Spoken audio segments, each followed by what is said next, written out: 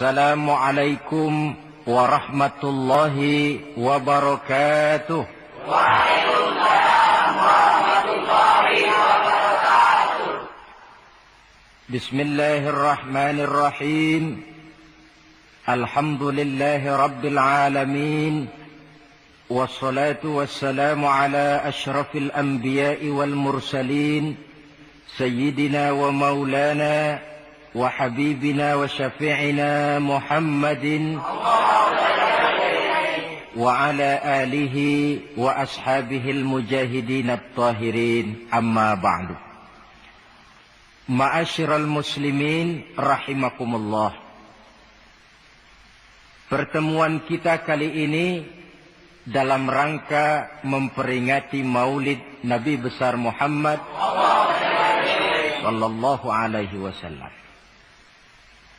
Yang penting dari peringatan Maulid ialah membicarakan bagaimana sebenarnya identitas umat Rasulullah sallallahu alaihi wasallam. Sebab apa? Adalah suatu hal yang wajar bahwa seorang pengikut menyesuaikan tingkah laku, gaya hidup dengan orang yang diikutinya. Jangankan di dunia ini, di akhirat nanti, identitas ini akan dimintakan pertanggungan jawab dan akan ditanyakan kepada kita. Sekurang-kurangnya menjadi pengikut rombongan orang besar merupakan suatu nikmat. Paling tidak kita bisa numpang mujur. Kalau saya berangkat ke Bali, ikut rombongan Pak Menteri misalnya, saya bisa bebas timbangan, tas saya tidak usah diperiksa-periksa barangkali. Kenapa? Ini rombongannya Pak Menteri, numpang mujur. Itu sekurang-kurangnya. Tetapi tentu untuk menjadi anggota rombongan Pak Menteri ini kan harus ada tanda, ciri-ciri atau yang disebut identitas. Kalau kita mengaku dan memproklamirkan diri sebagai umat Nabi Muhammad, sebagai pengikut beliau, apa sih identitasnya, ciri-cirinya? Inilah yang akan kita bicarakan pada kesempatan ini, bersumber dari surah Al-Fatah ayat 29. Allah subhanahu wa ta'ala menjelaskan Muhammadur Rasulullah, bahwa Nabi Muhammad itu adalah utusan Allah, pesuruh Allah. Walladzina ma'ahu, dan orang-orang yang bersamanya, orang yang mengikuti ajarannya, para sahabatnya, kita ini para pengikutnya, mempunyai ciri atau identitas. Dalam ayat ini ada 5 ciri yang dijelaskan. Pertama, asyidda'u 'alal kuffar. Pengikut Nabi Muhammad bersikap tegas kepada orang-orang kafir. Apa artinya tegas di sini? Saudara-saudara, tegas di sini artinya bukan main marah-marahan, tidak ngajak berkelahi, bukan juga menantang perang. Tegas di sini artinya mempunyai prinsip, mempunyai garis yang nyata di dalam keyakinan beragama. Garisnya apa? Tidak lain, lakum dinukum waliyadin. Bagi Tuhan agama Tuhan, bagi kami agama kami. Silahkan Tuhan melaksanakan agama Tuhan, kami akan melaksanakan agama kami. Kami menghormati Tuhan, Tuhan pun menghormati kami. Tetapi soal agama tidak usah dicampur adukkan. Identitas semacam ini perlu kita tegakkan kembali. Sebab apa? Sebab di zaman sekarang orang mulai mengaburkan nilai-nilai kebenaran dari agama, yang pada akhirnya menanamkan sikap ngambang terhadap agama.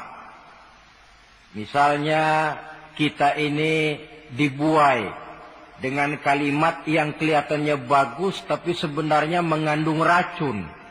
Kata orang, jangan fanatik, semua agama kan bagus. Semua agama benar. semua agama thayyib. Terus terang saja, saya bukan tidak setuju dengan kalimat itu. Saya beranggapan kalimat itu belum sempurna. Semua agama benar, jangan titik di situ. Itu baru sekedar koma. Semua agama benar, koma, bagi penganutnya masing-masing, titik. Semua agama baik, koma, bagi penganutnya masing-masing, titik. Bagi kita yang muslim, yang benar, Islam. Dan seorang muslim yang berani membenarkan semua agama. Seorang muslim yang berani berkata semua agama benar, sekurang-kurangnya munafik kalau tidak menjadi murtad. Wah Pak, itu namanya fanatik dong. Betul. Yang tidak boleh kan fanatik kepada suku. Yang tidak boleh kan fanatik kepada guru. Tapi fanatik kepada agama, dalam arti berpegang teguh kepada agama, merupakan bagian daripada kehidupan beragama. Hanyalah kalau umat Islam ini fanatik dengan agamanya, dia akan konsekuen.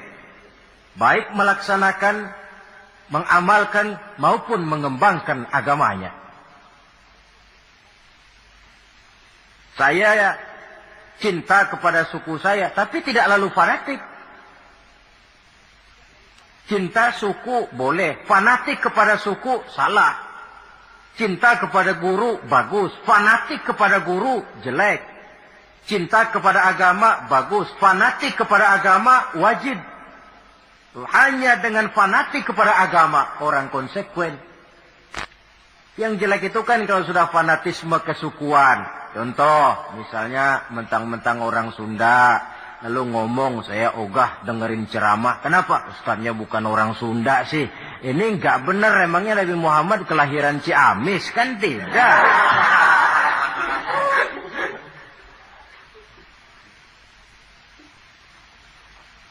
Toleransi ada tempatnya.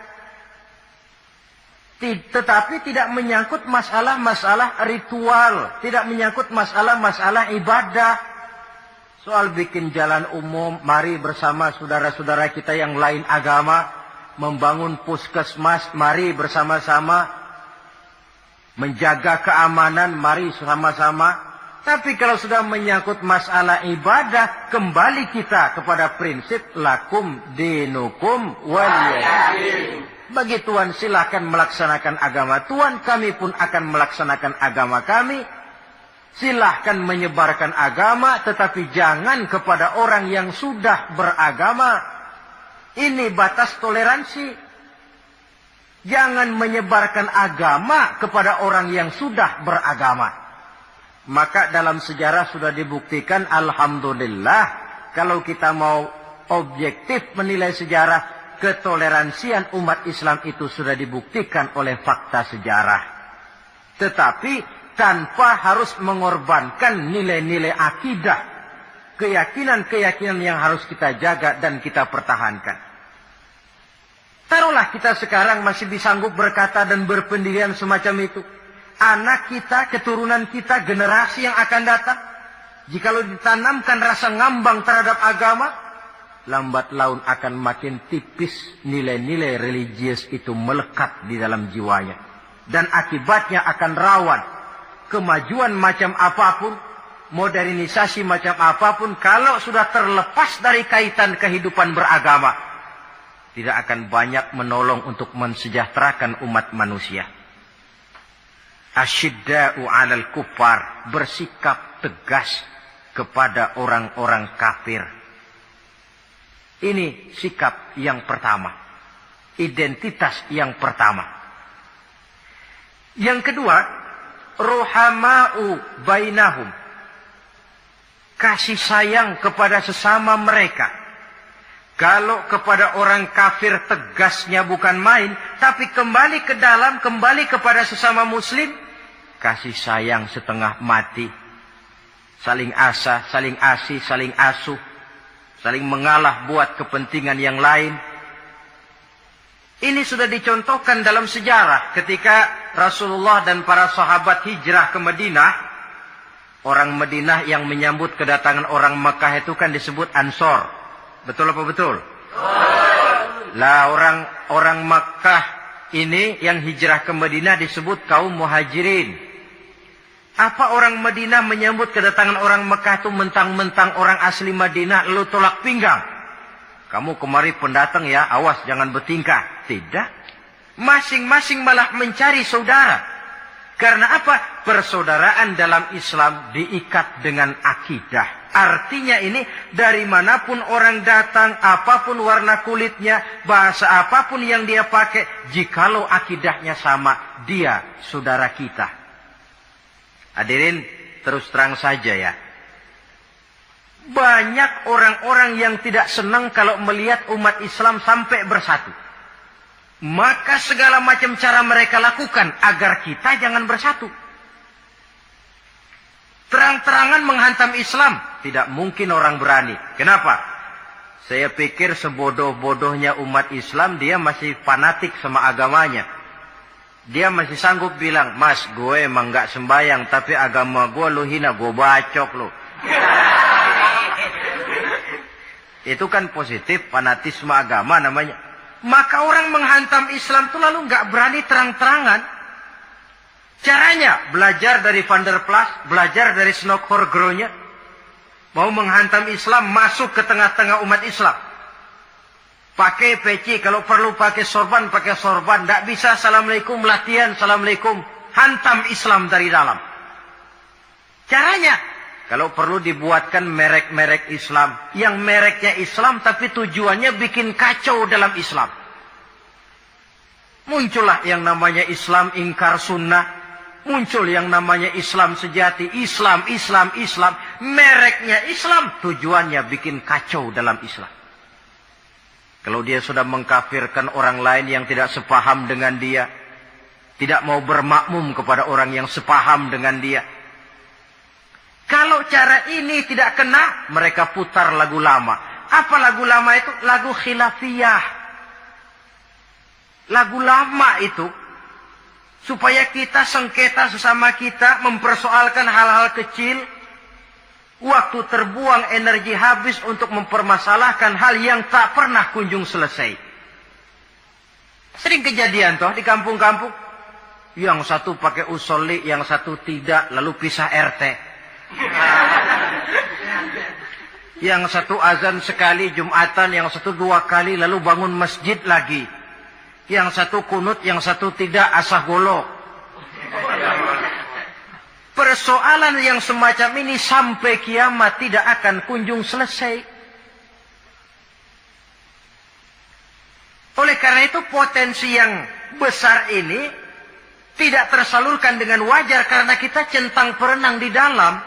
Tidak pandai menjaga kesatuan dan persatuan sebagai modal dasar untuk berbuat yang lebih baik. Adalah lebih baik kita ini mencari titik-titik persamaan dan bukan memperbesar pola perbedaan. Ruhama'u bainahum, kasih sayang sesama mereka. Imam Ghazali memberikan contoh kun kal yadain wala takun kal uzunain. Hai umat Islam, hiduplah kamu seperti 2 tangan. Saling asah, saling asih, saling asuh, saling mengalah buat kepentingan yang lain. Coba lihat 2 tangan kita, rukunnya bukan main. Kalau tangan kanan maju ke depan, kata yang kiri, oke, saya mengalah. Dia mundur ke belakang. Kiri di depan, kata kanan, sekarang giliran saya ngalah. Dia mundur ke belakang. Akhirnya kita jalan lenggang. Enak nggak dilihat orang? Coba kalau nggak ada yang mau ngalah. Tangan kanan ke depan, kata yang kiri, gue juga bisa. Dia ke depan lagi. Pan kayak robot kita jalan. Lalu mekanisme kerjanya. Tangan kanan kerjanya bagus-bagus toh. Salaman tangan kanan, tanda tangan tangan kanan, hitung duit tangan kanan, ambil kue tangan kanan. Kiri nggak pernah protes, tahu posisi. Memang tugas saya bidang pembersihan. Ya pembersihan saja dilakoni. Artinya apa ini? Yang satu dengan yang lain saling memperkuat. Walaupun komposisinya berbeda.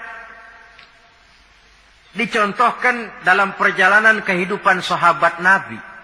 Sahabat Nabi yang paling terkenal itu 4 orang. Sayyidina Abu Bakar, Sayyidina Umar bin Khattab, Sayyidina Utsman bin Affan, Sayyidina Ali bin Abi Thalib. 4 sahabat ini kalau kita lihat komposisinya, keahliannya lain-lain. Coba, ada Sayyidina Abu Bakar, ini sahabat merangkap mertua. Kalau bahasa sekarang Abu Bakar ini disebut kiai diplomat. Kiai karena beliau orang alim, diplomat karena pandai bersiasat, ahli politik. Kemampuan berpolitiknya digunakan buat kepentingan agama. Sebab siapapun yang berpolitik untuk kepentingan agama, tentu kita doakan. Tetapi siapapun yang jual agama untuk kepentingan politik, kita juga berdoa. Cuma tentu doanya lain dengan yang berpolitik buat agama tadi. Saudara hadirin yang saya hormati. Ada Umar bin Khattab. Ini kalau bahasa sekarang disebut imam jenderal ini. Imam tapi jenderal, jenderal tapi imam. Kenapa imam? Karena dia mampu memimpin jamaah di masjid. Kenapa jenderal? Karena dia sanggup memimpin tentara di medan perang. Kegagahannya, keberaniannya, keperkasaannya digunakan membantu perjuangan Rasul.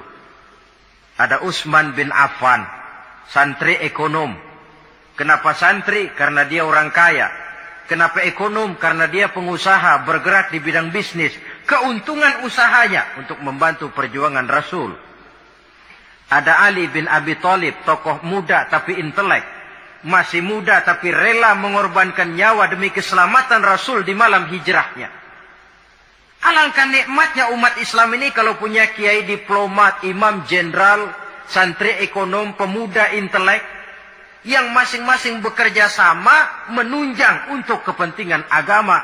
Ruhama ubainahum. Kasih sayang di antara sesama mereka. Mobil, kenal mobil enggak? Mobil itu baru bisa jalan dengan baik kalau seluruh onderdilnya kompak. Kalau yang satu sudah merasa dirinya lebih penting dari yang lain, alamat mobil udah dekat mogok. Misalnya yang jadi bensin nyombong.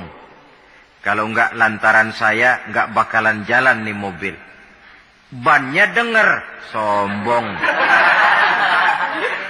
Kata ban, sombong kamu bensin. Apa kamu kira kamu saja yang penting? Saya tersinggung, kata ban, lalu kempes. Kira-kira kalau ban kempes jalan enggak mobil? Begitulah umat ini. Kayak satu bangunan. Ada yang jadi jendela, pintu, tiang, genteng dan sebagainya. Tetapi satu sama lain hendaknya saling memperkuat. Kalau tidak, kita ini pernah diramalkan oleh Nabi. Yushiku an tada'a alaikumul umam kama tada'al akalatu ala qas'atiha. Satu saat akan datang di tengah-tengah kamu, di mana keadaanmu waktu itu seperti makanan di meja makan. Coba bayangkan, menurut Rasul, satu saat kondisi umat Islam akan seperti makanan di atas meja. Yang barat mau makan, yang timur mau santap, yang selatan mau ganyang, yang utara mau injak-injak. Satu saat kondisi umat Islam akan seperti itu. Heran sahabat, ya Rasulullah, kok kita bisa dikepung begitu rupa? Iya. Apa pada waktu itu jumlah kami sedikit ya Rasulullah? Tidak, kata Rasul. Bal antum yauma idzin katsir. Jumlahmu pada waktu itu banyak, besar, kamu mayoritas. Cuma sayang, kata Nabi, walakinnakum ghusaa'un ka ghusaa'is sail.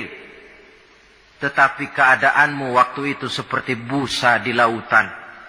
Banyak tapi centang perenang. Banyak tapi tidak punya daya dan kekuatan. Dipermainkan gelombang lautan, dihempaskan ke tepian pantai tanpa punya makna dan arti. Mayoritas tapi nasibnya ironi. Lantaran apa ini? Kita tidak pandai menjaga kesatuan dan persatuan. Prinsip ruhama ubainahum, kasih sayang di antara sesama mereka, belum bisa kita wujudkan. Oleh karena itu, hadirin yang saya hormati, identitas yang kedua ini, mari kita tegakkan. menggalang kesatuan dan persatuan untuk kejayaan agama yang kita cintai. Soal posisi silahkan berbeda, soal profesi silahkan berbeda, tetapi hendaknya perbedaan ini tidak menyebabkan persimpangan tujuan. Satu sama lain saling memperkuat. Identitas yang kedua, bahwa kita sudah diikat dengan akidah, tidak oleh ras, warna kulit, suku, bahasa, oleh akidah. Satu kali orang sudah syahadat, dia adalah saudara kita. Sudah lewat masanya di mana kita umat Islam ini dikotak-kotakan, dan sudah datang waktunya di mana kita bersatu, saling menunjang, saling membantu, sehingga dengan demikian terwujudlah satu masyarakat yang diikat dengan nilai-nilai akidah. Ini yang kedua, kasih sayang kepada sesama muslim. Satu badan itu kalau yang satu sakit, yang lain kan akan ikut merasa sakit. Saudara jalan tengah malam, ibu jari tersandung batu, beletak. Begitu ibu jari tersandung batu, kontan, darah keluar. Mulut bilang aduh, kepala ikut pusing, enggak pakai diundang. Solidaritas sosial yang terjadi secara reflektif. Tidak ada ibu jari tersandung, mulutnya malah ngomel, rasain lo. Masa nyumpain badan sendiri, kan tidak mungkin. Tapi ini yang terjadi, kita lihat. Akibat apa? Tidak terwujudnya solidaritas sosial yang bersifat refleksif tadi. Nah, inilah saudara-saudara identitas yang kedua. Yang ketiga sekarang, pengikut Nabi Muhammad sallallahu alaihi wasallam itu cirinya yang ketiga, tarahum rukka'an sujjada. Engkau lihat mereka ruku dan sujud, mendirikan solat. Ini identitas, ciri. Di akhirat nanti akan diperiksa dengan seadil-adilnya. Siapa? Saya, Pak. Saya siapa? Pengikut Nabi Muhammad. Betul? Betul. Baik. Pengikut Nabi Muhammad itu tandanya rukaan sujada, ruku dan sujud. Sampean ngaku umat Nabi Muhammad, sujud, pernah sembahyang? Sembahyang juga, Pak. Berapa kali? Gak banyak-banyak, Pak, setahun 2 kali. Kapan itu? Idul Fitri sama Idul Adha. Kata petugas, syarat kurang, minggir. Sebab sering dikatakan sholat itu kan ada yang harian, ada yang mingguan, ada yang tahunan. Ada yang sholatnya harian. Yang harian ini juga 2 macam. Ada yang belang-belang, ada yang mulus. Kalau yang belang-belang itu kalau zuhur sholat, asar out. Asar kepegang, maghribnya melayang. Maghrib ketangkap, isaknya terbang. Itu lumayan ketimbang yang seminggu sekali cuma Jumat saja. Yang Jumat pun agak lumayan lah daripada yang setahun 2 kali cuma Idul Fitri dan Idul Adha.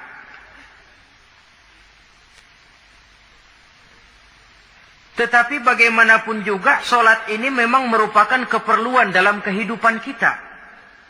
Ciri identitas yang memperkaya kepribadian. Pengikut Nabi orangnya ruku dan sujud.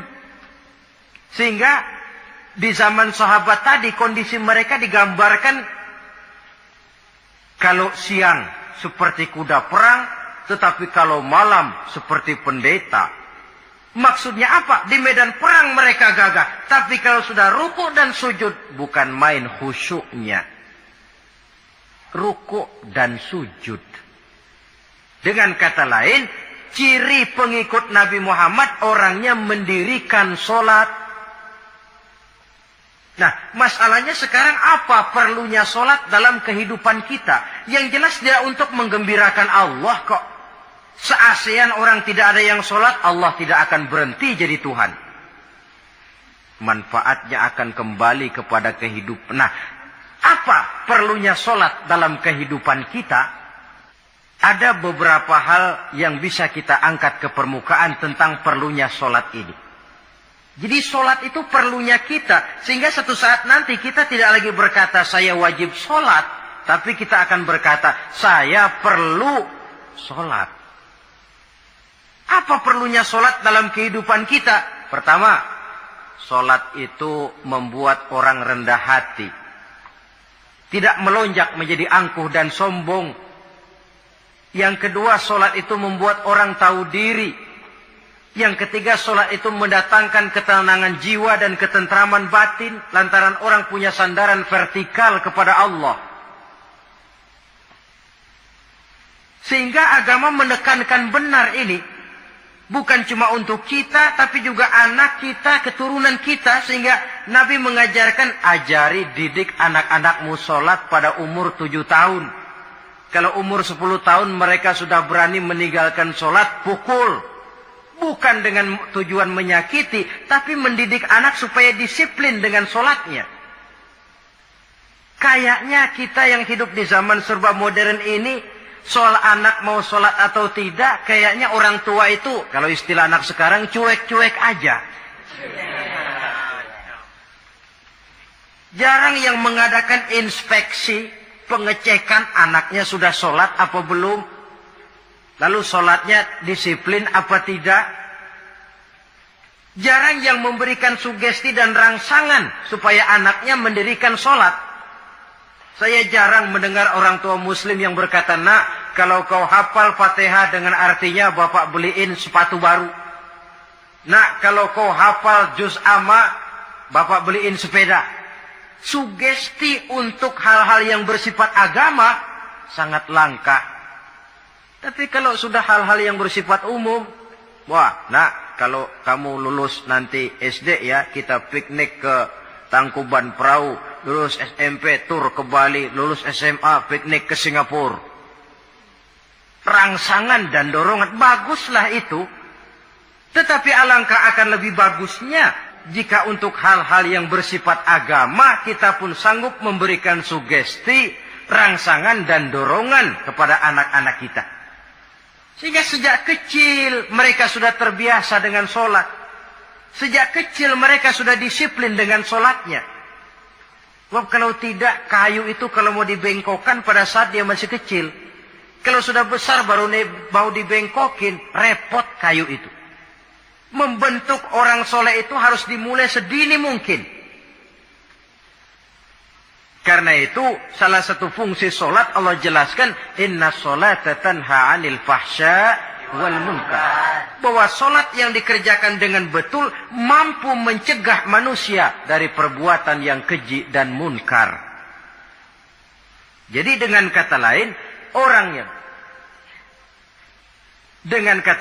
orang yang disiplin dengan sholat, terpeliharalah dirinya dari perbuatan yang keji dan munkar.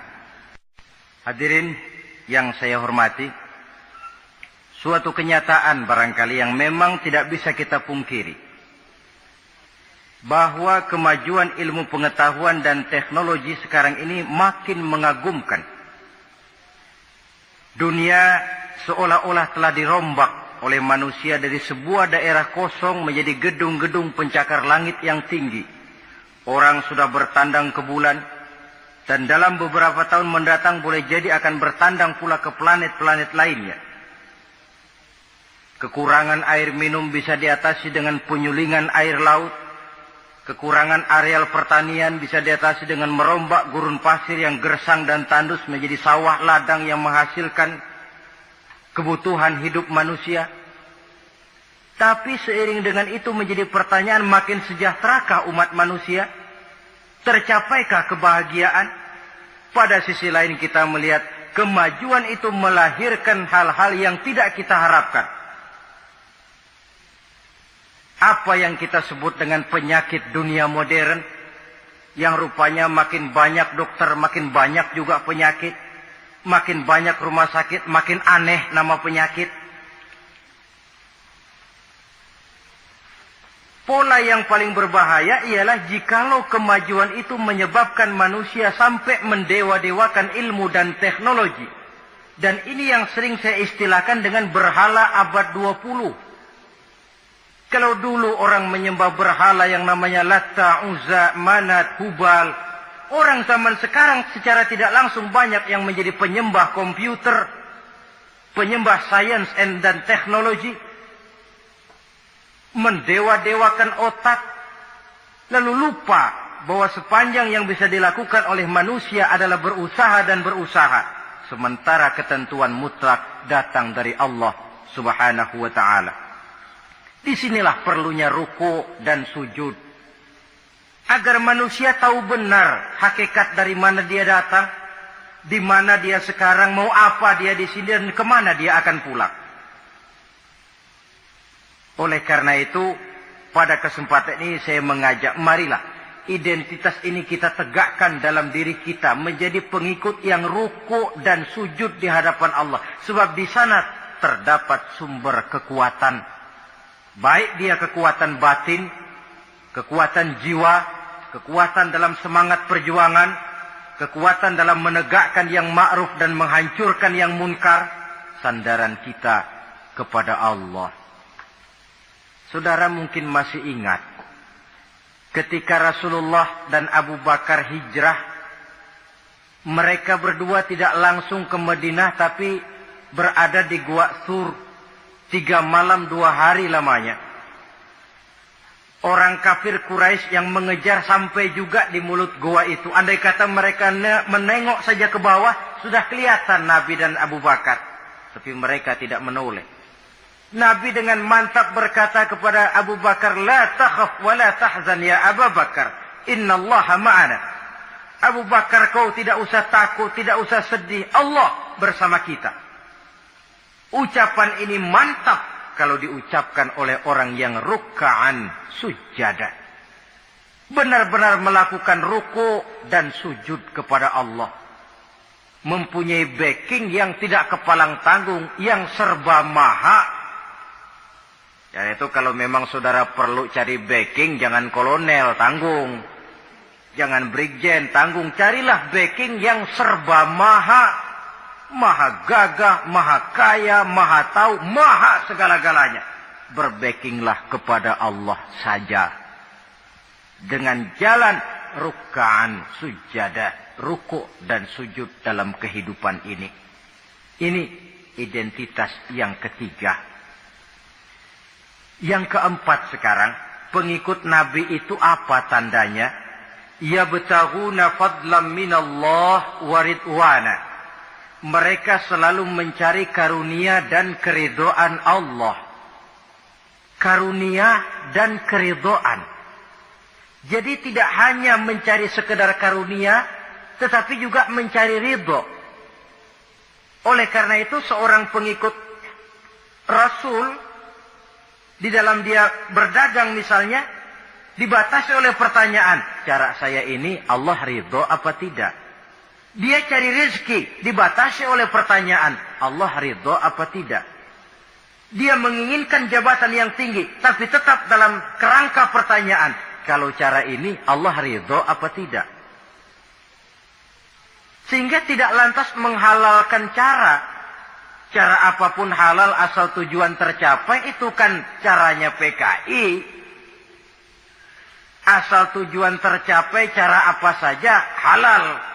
Seorang muslim pengikut baginda Nabi tidak diajarkan semacam itu. Kenapa perlu mencari keridhaan Allah, karunia yang Allah ridho? Karena apapun yang kita pakai, apapun yang kita makan terutama, jikalau bersumber dari sesuatu yang Allah tidak ridho, katakan yang haram misalnya, akan mempengaruhi gaya dan gerak hidup kita. Contoh, kata Imam Ghazali, kalau engkau terlalu senang memakan makanan yang haram, dia akan mempengaruhi caramu berpikir, sehingga kau akan cenderung berpikir yang haram. Mencari karunia yang Allah ridho. Dan hidup itu kalau sudah mendapat ridho Allah, Sudah satu kenikmatan yang tidak bisa dibeli dengan nilai materi yang bagaimanapun banyaknya. Karena itu biarlah kita orang mukmin ini di dunia hidup kaya asal Allah ridho saja. Enggak apa-apa. Biar rumah kita gedung, punya mobil bagus, uang banyak. Kalau Allah ridho, enak. Daripada sudah melarat, tinggal di pinggir kali, rumahnya gubuk, Allah marah lagi. Kapan mau senang orang macam begitu? Jadi biarlah kita ini bahagia di dunia, asal di akhirat masuk surga. Tidak apa-apa. Mencapai kebahagiaan di dunia dan di akhirat. Cari karunia Allah sebanyak-banyaknya. Karena memang bumi dan segala fasilitasnya diperuntukkan bagi manusia. Dan karunia Allah itu ada dimanapun kita pergi. Dahulu ketika turun perintah hijrah, sebagian sahabat berpikir-pikir, kalau saya hijrah ke Madinah, di Madinah mau makan apa saya? Ini Mekah kan jelek-jelek kampung sendiri. Umpama kepepet, ngutang-ngutang dikit, orang masih percaya lah. Kalau ke Madinah, ngutang sama siapa? Takut dia kalau hijrah ke Madinah tidak dapat makan. Allah memberikan jaminan, qul li'ibadiyalladzina amanu inna ardi wasi'ah fa iyaya fa'budu. Katakan kepada mereka Muhammad, hai hamba-hambaku yang beriman, bumiku ini luas. Di Mekah kau makan, hijrah ke Madinah juga kau akan makan. Apalagi hijrahmu karena membela agama. Jangan karena membela agama kau takut kelaparan. Artinya apa? Karunia Allah itu ada dimanapun. Kalau kita mau berusaha, tetapi jangan lupa usaha itu harus yang Allah ridho. Kalau sekedar hasil usaha, cara apapun boleh, ya dapat. Tetapi tanpa ridho, semuanya tidak akan membawa ketenangan, ketentraman, dan kebahagiaan. Allah itu kan maha pengasih, tidak pilih kasih katanya. Artinya apa? Semuanya Allah kasih. Orang kalau mau berusaha, dapat. Itu logika. Sunnatullah, kata kita. Hukum alam, kata orang. Kalau mau berusaha, mesti dapat. Tetapi, kasih sayang Allah ini tidak diberikan kepada setiap orang. Kalau pengasihnya berlaku kepada semua orang. Mau kafir, mau beriman, kalau berusaha, dapat. Itu Rahman namanya. Tapi Allah tidak cuma Rahman, Allah juga Rahim, Maha Penyayang. Bedanya apa? Orang yang dikasih itu belum tentu disayang. Tetapi kalau disayang, mesti dikasih. Kalau tidak dikasih, tentu ada pertimbangan lain untuk kepentingan kita. Misalnya, anak kita baru kelas 1 SMP, datang, Pak beliin motor buat sekolah. Kita lalu menilai anak ini nggak ada motor saja, kadang-kadang jarang sampai ke sekolah, apalagi dibeliin motor, bisa dari rumah berangkat ke sekolah nggak sampai. Tidak dibelikan bukan karena tidak sayang, justru karena sayangnya ada pertimbangan lain untuk kepentingan si anak. Tetapi kadang-kadang anak sendiri berpikirnya lain. Bapak katanya sayang, minta dibeliin motor saja tidak dibelikan. Dia menilai orang tuanya tidak sayang. Padahal justru sayangnya lalu tidak dibelikan. Begitulah satu contoh kecil dari keridhaan Allah ini. Jika Allah sudah memberikan ridhonya kepada kita, segala yang kita mau diberikannya. Kalau tidak juga diberikan, tentu ada manfaatnya untuk kemaslahatan kita. Allah Maha Tahu. Misalnya orang mengeluh, saya kan sembahyang rajin, ngapa rezeki seret bener sih? Apa saya berhenti lagi sholat? Allah lebih tahu maslahatnya. Barangkali potongan kayak kita ini kalau diberikan rezeki banyak sedikit, lalu berhenti ke masjid. Rezeki lu segini aja dah, lu jadi rajin ke masjid. Ada manfaatnya buat kepentingan kita. Mencari karunia yang Allah ridho.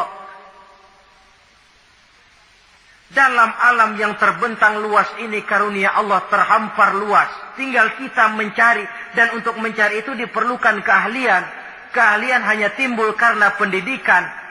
makin ke depan persaingan hidup makin tajam tanpa membekali diri, terutama generasi kita yang akan datang, anak-anak kita, boleh jadi mereka akan tersudut ke pojok-pojok kehidupan untuk kemudian lebih banyak jadi penonton daripada sekedar pemain. Dan kerugian akan kembali kepada kita.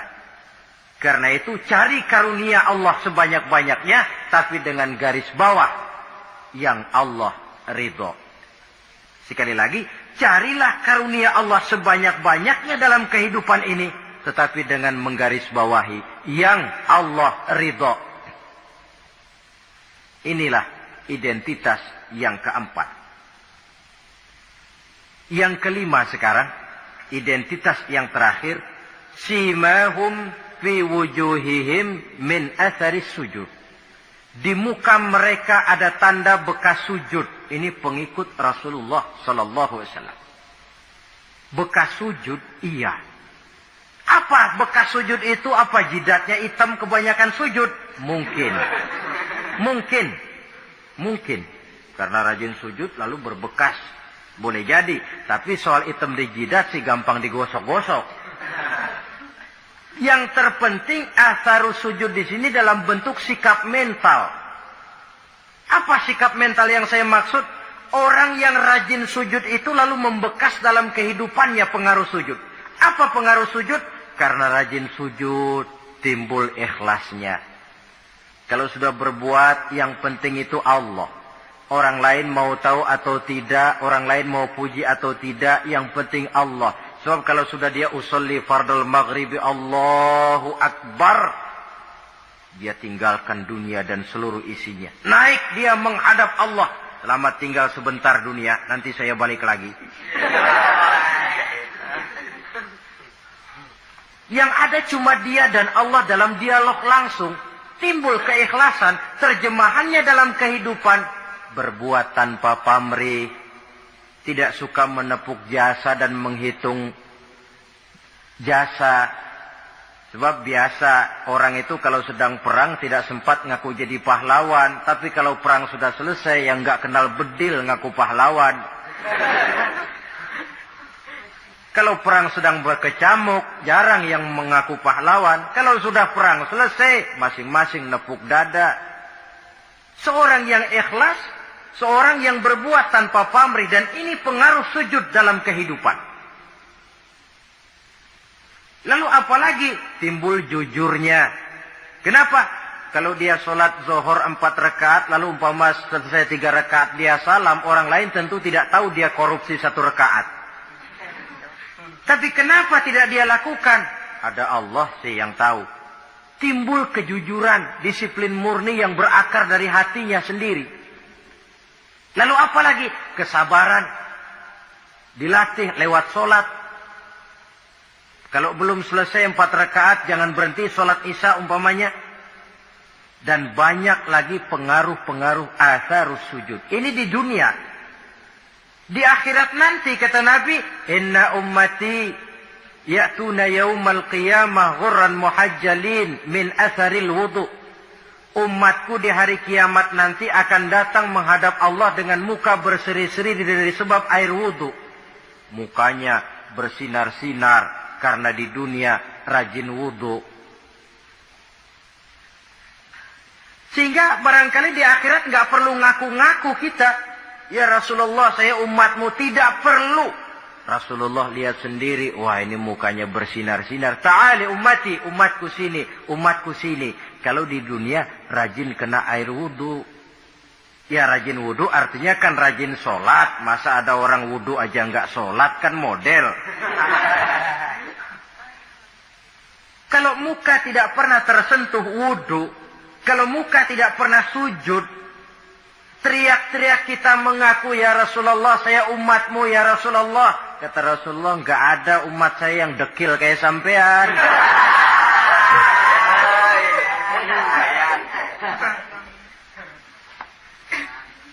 Itulah sebabnya pada kesempatan ini saya mengajak, mari membiasakan diri berwudu.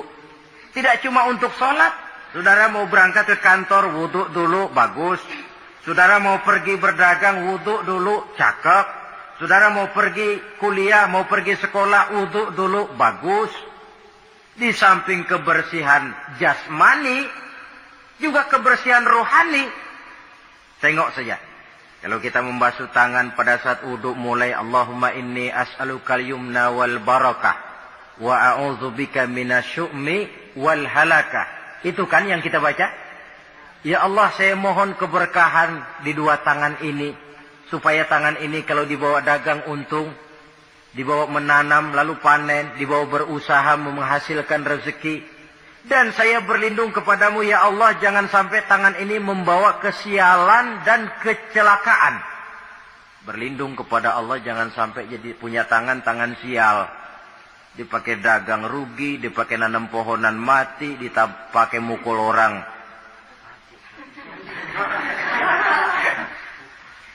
Tangan sial. Dari itu saja sudah memberikan sugesti untuk rohani kita. Kebersihan jasmani, kebersihan rohani terpelihara karena wudu. Jadi asarus sujud, pengaruh sujud membekas di dalam kehidupan. Sehingga oleh Syekh Muhammad Abduh dijelaskan, walikulli ibadatin minal ibadati sahihah asarun fi taqwimi akhlaqil qaimi biha wa tahzibi nafsihi. Setiap ibadah yang dikerjakan dengan betul pasti mempunyai pengaruh yang nyata dalam meluruskan moral, akhlak orang yang melaksanakan ibadah itu sendiri. Jadi sujud kita betul apa tidak? Lihat saja pengaruhnya dalam kehidupan kita. Salat kita sudah betul apa tidak? Lihat saja pengaruhnya dalam kehidupan kita. Kalau sujud ya sujud, tapi judi jalan juga, nah, sujudnya belum betul. Waktunya sholat, ya sholat. Waktunya mabuk, mabuk. Sholatnya belum betul. Waktunya ruku, ya ruku. Giliran nyolong, nyolong. Sholatnya belum betul. Sebab sholat yang dikerjakan dengan betul, sujud yang dikerjakan yang punya pengaruh nyata dalam kehidupan, kelihatan bekasnya dari tingkah laku dan gerak kita di dalam menelusuri kegiatan hidup ini. Maaf, dengan sedikit pahit barangkali kita memang harus berkata, masih banyak di antara kita umat Islam ini yang melaksanakan ibadah hanya dengan prinsip asal sekedar gugur kewajiban.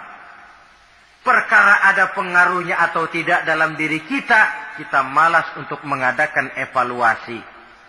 Akibatnya, ibadah yang kita kerjakan tidak mempunyai pengaruh dalam membentuk kepribadian kita. Orang yang mengucapkan syahadat ada pengaruh dalam jiwanya. Orang yang mendirikan sholat ada pengaruh dalam membentuk kepribadiannya. Orang yang melaksanakan puasa ada pengaruh dalam perkembangan jiwanya. Orang yang mengeluarkan zakat ada pengaruhnya dalam mengelola hartanya. Orang yang melaksanakan ibadah haji ada perubahan dalam kegiatan hidupnya. Dari yang negatif kepada yang positif tentunya. Simahum fi wujuhihim min athari sujud. Di muka mereka, di muka pengikut Rasulullah ini ada tanda pengaruh bekas sujud. Karena rajinnya dia melaksanakan sujud di dalam kehidupan ini. Nampak pengaruh yang nyata di dalam kehidupannya, dalam gerak dan tingkah lakunya. Saudara hadirin, ma'asyiral muslimin rahimakumullah. Inilah 5 identitas yang harus kita tegakkan jikalau kita mau jadi umat yang konsekuen. Tidak sekedar bangga-banggaan menyandang titel umat Nabi, apalagi konon mengharapkan syafaatnya di akhirat nanti, padahal sebagai pengikut kita tidak menyesuaikan diri dengan yang kita ikuti. Bagaimana mau mengharapkan fasilitas yang namanya syafaat? Bahwa syafaat pertolongan Rasul itu ada, tetapi fungsinya kan ibarat orang punya kain, syafaat itu nambel. Saudara punya kain, sobek-sobek sedikit, ditambal oleh yang namanya syafaat. Sholat kurang sedikit, ditambal oleh syafaat. Sodakoh ada campur riak sedikit, tidak karena Allah sedikit. syafaat. Jadi kalau punya kain sobek ada syafaat. Lah kalau kainnya tidak punya, yang mau ditambel apanya? Sholat tidak, puasa tidak, di akhirat aman dah dapat syafaat. Tentu terlalu berlebihan, terlalu optimis mengharapkan sesuatu yang kita memang tidak punya modal dasar untuk memperolehnya. Baiklah ya, kesimpulan. Pertama, sebagai pengikut kita harus menyesuaikan diri dengan yang kita ikuti. Identitas. Suatu umat hanya akan berwibawa, hanya akan dihitung dan dipandang orang kalau dia tegak dengan identitasnya. Kalau macan sudah kehilangan sifat galaknya, orang tidak takut lagi kepada macan. Dan kalau kambing sudah kehilangan sifat jinaknya, banyak orang takut miara kambing. Kalau umat Islam sudah kehilangan identitasnya, dia akan menjadi umat yang kehilangan wibawa dan tidak pernah ditakuti oleh musuh-musuhnya. Seenaknya saja orang mengacak-acak kehidupan kita sebagai umat, kalau tidak punya identitas. Yang kedua, kesimpulan yang kedua, identitas itu bisa kita ringkaskan. Pertama, tegak dengan keyakinan inna dina indallahil Islam. Menumbuhkan fanatisme agama dalam arti berpegang teguh kepada agama. Menempatkan toleransi pada tempatnya yang wajar. Tidak mencampur adukan semua agama. Tegas di dalam mempertahankan akidah. Kemudian yang ketiga, perlu menegakkan solidaritas sosial yang bersifat reflektif untuk menegakkan wibawa kita sebagai umat, supaya potensi dari umat yang mayoritas ini dimanfaatkan oleh umat itu sendiri. Kalau tidak, kita cuma akan menang jumlah saja, menang bilangan, kuantitas yang tanpa kualitas. Dan kalau ini yang terjadi, nasib kita akan seperti buih di lautan. Banyak, tapi kata orang kampung cuma menang groyokan. Tidak punya daya dan kekuatan, dicampakkan orang ke kiri dan ke kanan, hanyut oleh arus. Bukan menciptakan arus, tapi malah hanyut oleh arus. Bukan menciptakan model, tapi malah mengikuti model. Bukan menciptakan irama tersendiri, malah diatur oleh irama orang lain.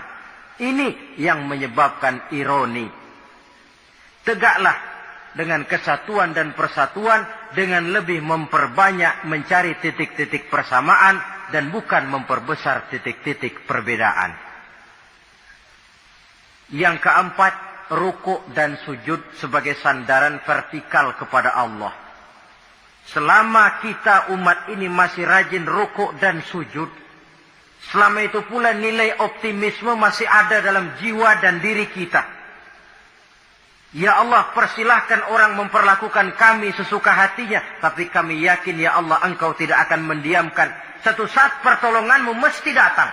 Itu akan mantap kita ucapkan kalau kita melaksanakan ruku' dan sujud. Tapi kalau kita sendiri jauh dari Allah, malapetaka makin datang berlipat ganda. Sudah orang meremehkan kita, yang kita harapkan menolong kita pun pada akhirnya malah menginjak-ninjak. Sudah jatuh tertimpa tangga. Jatuhnya sakit, ketimpa tangga lagi.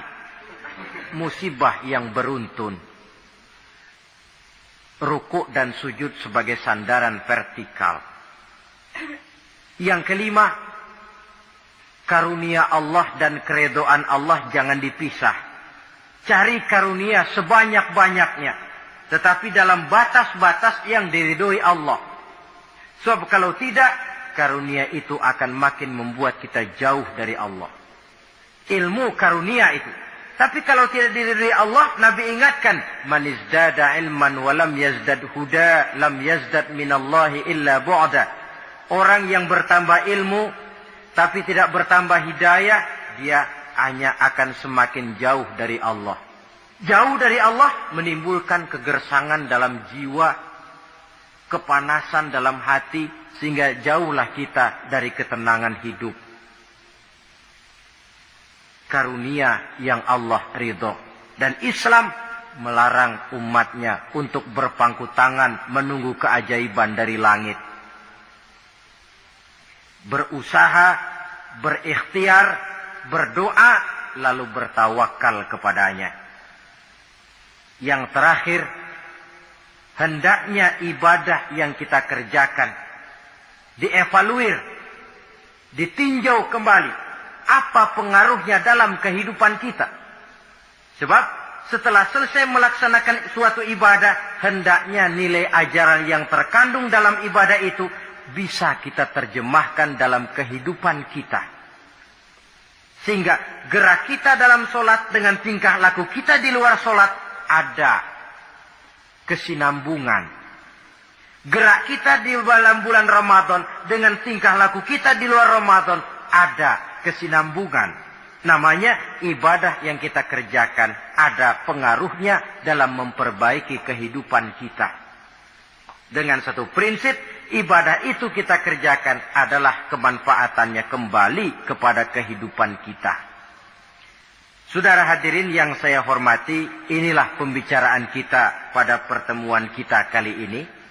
Dengan harapan tentunya dalam memperingati Maulid kita tidak hanya sekedar melakukan satu tradisi, tidak hanya sekedar hura-hura, tidak hanya sekedar ikut-ikutan, sebab bagaimanapun peringatan semacam ini bukan tujuan.